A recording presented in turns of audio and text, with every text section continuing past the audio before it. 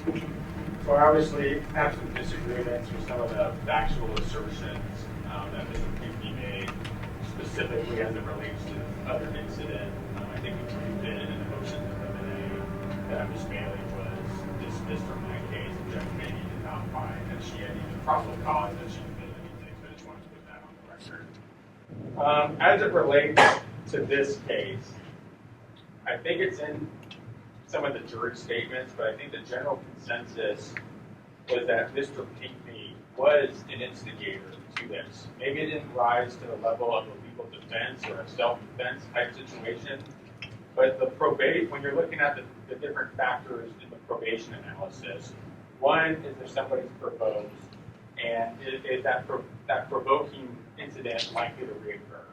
And I would submit to this court that this was just kind of a one-time intense situation that quickly got out of hand as it relates to the water spill, as it relates to how Mr. Pinckney reacted to that, as it relates to how he went to 1724 and had some sort of contact with Ms. Bailey.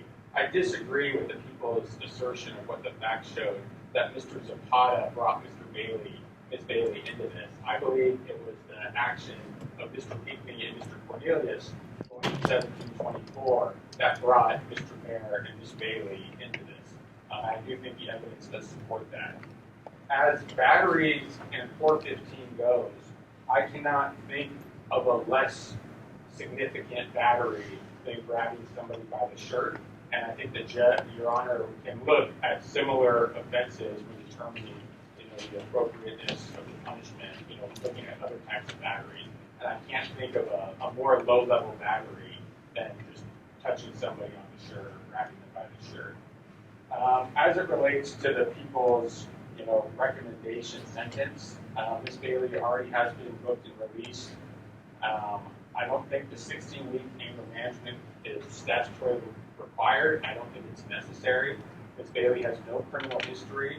I was able to get a couple character reference letters of some friends that I can submit to the court at the appropriate time if they're necessary. But Ms. Bailey essentially has been a law-abiding citizen her entire life. And, this May 4th incident was totally out of character based on, her history with the criminal justice system. I think the court can just look at just the wildness and the craziness of just how this all transpired, and specifically how Ms. Bailey got right into this. Ms. Bailey's not on social media engaging with Mr. Pinckney. She's not involved in any of their political disputes. Essentially, I believe Mr. Pinckney testified to it that he was using the B word, the C word prior to any of this. That's all, I think, factors that go into the provoking analysis of this.